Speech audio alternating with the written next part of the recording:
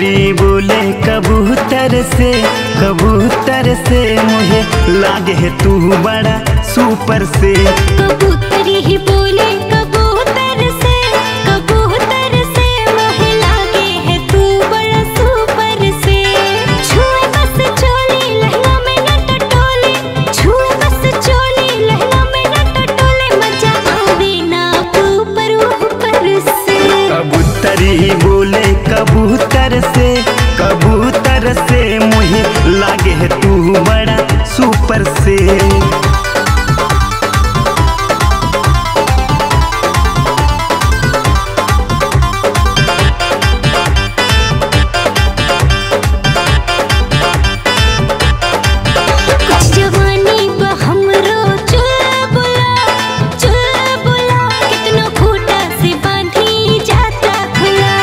प्यार के चढ़ल बा तोह पे बला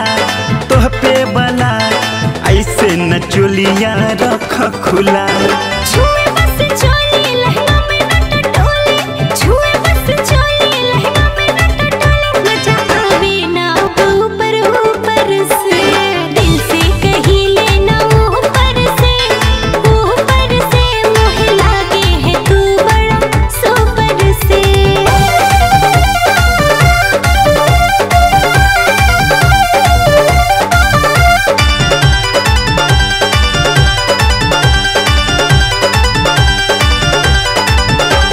मस्ती के कश्ती के ना हिला ये दरिया के भौरा हमके दी डूबा। मन की धारा जाए तोहरे किला कितने आइले सब गइले बिला।